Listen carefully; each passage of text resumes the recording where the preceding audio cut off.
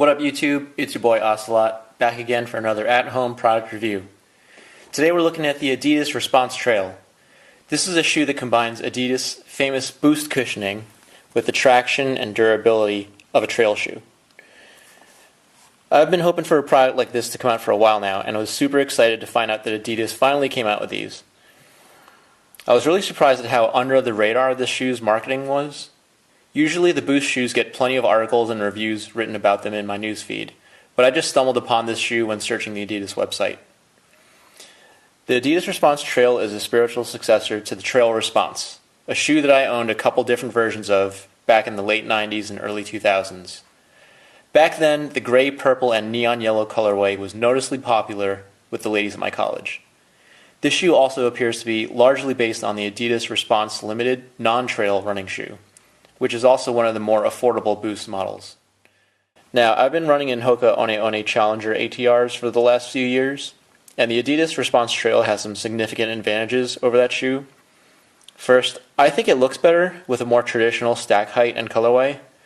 I tend to feel kind of self-conscious when in public wearing these Hokas because they sort of look like clown shoes with the super thick cushioning. The Trail Response manages to feel just as well cushioned because of the Boost cushioning. If you've never owned a pair of Boosts, I highly recommend giving them a try. You can tell what Boost is because it kind of has this styrofoam pebble look to it. A casual Boost shoe that I highly recommend is these Ultra Boosts. Oh man, these are really, really awesome. The upper is like a sock, and it really kind of feels like you're just wearing socks and walking on very lightweight, very bouncy cushioning. If you've never owned a pair of Boosts, I highly recommend giving them a try. The hype is real. They're lightweight, absorb just about any shock you can throw at them, and return much of the energy they absorb back into propelling you off the ground. The heel drop, or the distance between the heel and the bottom of your toes, or I guess forefoot, in this shoe is 10 millimeters, whereas the Hokas have a heel drop of 5 millimeters. I expect the Trail Responses to last longer than the Hokas as well. The Challenger ATRs don't actually have an outsole in the middle of the foot. If you can kind of see here, the midsole material in the Hokas is orange, and the lugs are just in the forefoot and in the heel. One problem with these Challenger ATRs is I had the outsole constantly actually like peeling off of the midsole.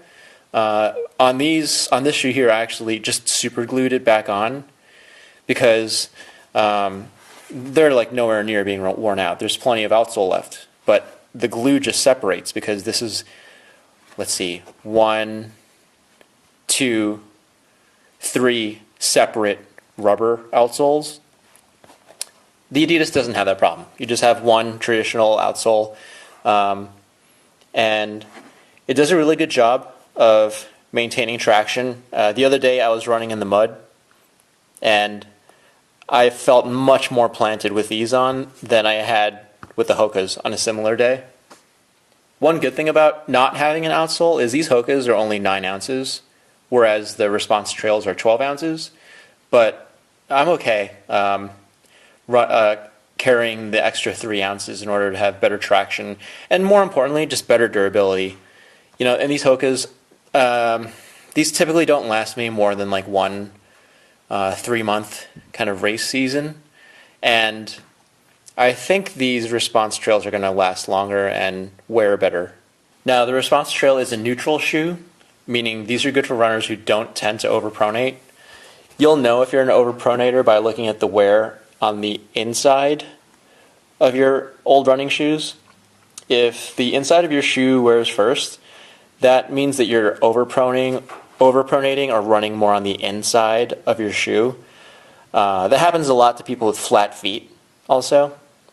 So if you do that, I would suggest not getting these and instead try the Adidas Supernova Trail.